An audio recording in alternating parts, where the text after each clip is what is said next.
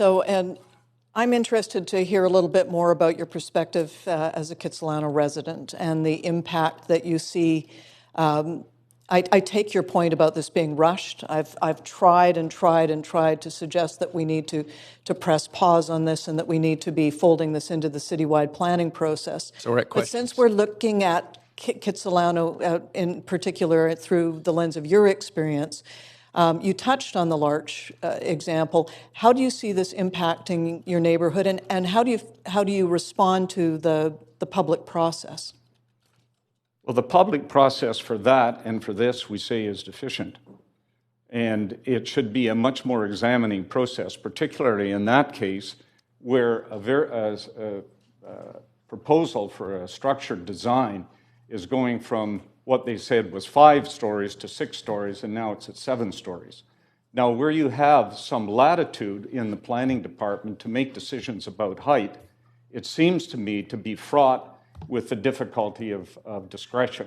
And it is injurious in our community where there are substantial downside impacts from that height on the residents and the neighborhood. And I mean, one of the serious features of this particular proposal is the absence of any offsetting amenities. Here is a substantial building where there were substantial community amenities provided at that church site, and there is no community amenities being supplied or approved of by the planning department as an offset for the $1.2 million incentives that are being offered to the developers. So you commented on there being a one-size-fits-all kind of approach here. This seems to be done citywide without any sensitivity to neighborhood characteristics.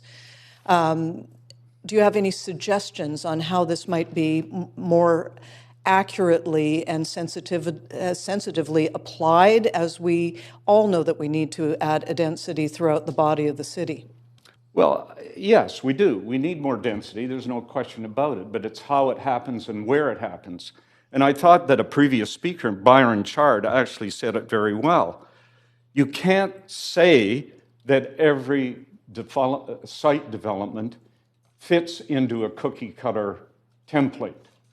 He said every site is unique, and you have to look at it in its unique context.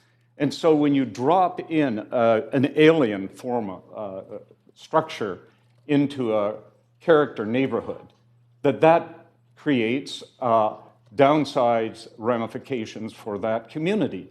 And it's evident in the 1805 Larch Street development, where you have a poorly developed exits from the garage, where you have sight lines that are being impeded upon by the height of the building. Thanks very much. We're at the 3 minutes for the question. Thank you. Appreciate it. Thank you. And there's no other questions for you, so thanks for coming in today.